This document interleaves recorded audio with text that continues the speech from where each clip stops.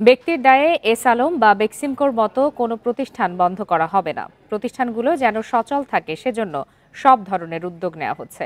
সোমবার দুপুরে এক সংবাদ সম্মেলনে এসব কথা বলেন বাংলাদেশ ব্যাংকের গভর্নর আহসান এইচ মনসুর। তিনি আরও জানান, ২০১৭ সালে ইসলামী ব্যাংক থেকে মোট ঋণের ৮০% নিয়েছে এস আলম গ্রুপ। এছাড়া আমানতকারীদের স্বার্থ রক্ষায় দুর্বল ব্যাংকগুলোকে প্রয়োজন অনুযায়ী তারল্য সহায়তা দেওয়া হবে বলেও জানান গভর্নর।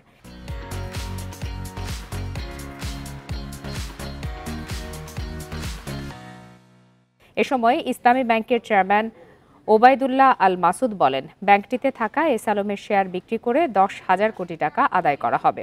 সংকট থেকে ইসলামী ব্যাংক ঘুরে দাঁড়াচ্ছে জানিয়ে তিনি বলেন, গেল ৩ মাসে ৪,৯৭২ কোটি টাকা নতুন আমানত সংগ্রহ করেছে ব্যাংকটি। এছাড়া প্রবাসী আয় এসেছে প্রায় ১০,০০০ কোটি টাকা। 50%-এর বেশি মানে প্রবলেম অ্যাড্রেসড হয়ে যাচ্ছে যদি ইসলামী ব্যাংককে আমরা অ্যাড্রেস করতে পারি। তো গুড নিউজটা হচ্ছে যে ইসলামী bank is virtually out of the Woods, কিন্তু তাদেরকে অবশ্যই বিনিয়োগ বাড়াতে হবে ইত্যাদি নতুন ইস্যু মানে যেটাকে বলবো রিক্যাপিটালাইজেশন ইত্যাদির দিকে যেতেই হবে সামনের দিকে।